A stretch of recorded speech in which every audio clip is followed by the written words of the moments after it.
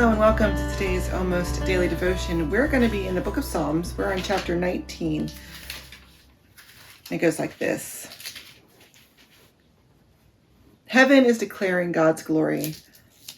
The sky is proclaiming his handiwork.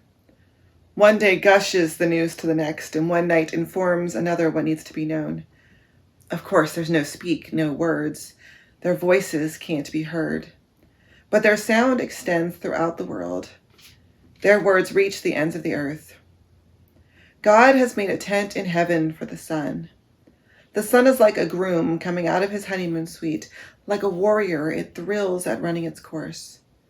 It rises in one end of the sky. Its circuit is complete at the other. Nothing escapes its heat. The Lord's instruction is perfect, reviving one's very being. The Lord's laws are faithful, making naive people wise. The Lord's regulations are right, gladdening the heart. The Lord's commands are pure, giving light to the eye. Honoring the Lord is correct, lasting favor forever. The Lord's judgments are true. All of these are righteous.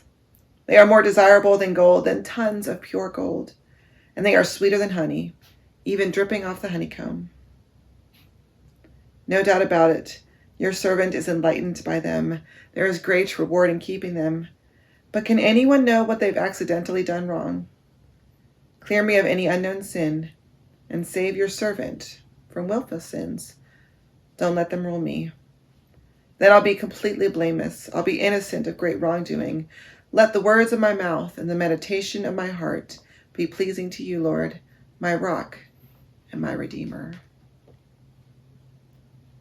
And so this passage, this psalm, is a joyous one. It's a psalm of nature. It's a psalm that celebrates the way that God is revealed, even in the rocks, even in the dirt, even in the wind. We see God at work.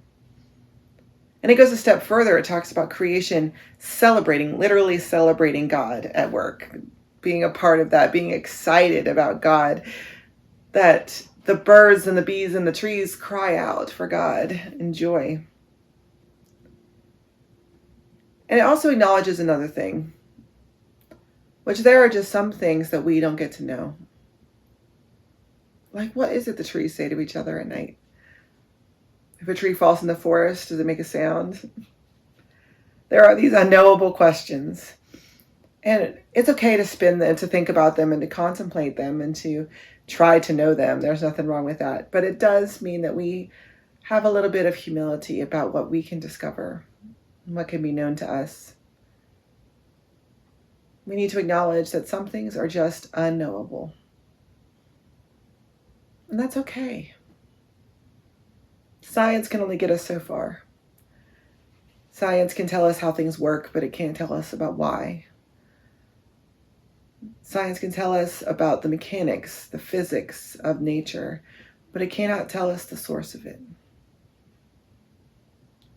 And so when I look out at the trees, when I see the ocean waves crash, I remember that there is a great mystery that is beyond what I can see, beyond what I can know.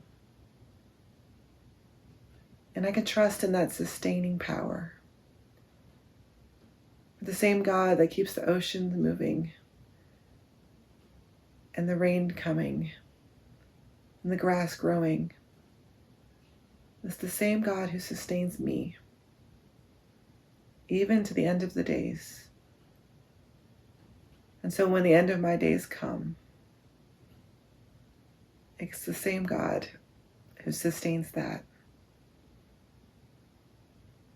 And so can we look at the world with wonder and with awe and with majesty and celebrate with joy the miraculous gift of God's compassionate care. God bless.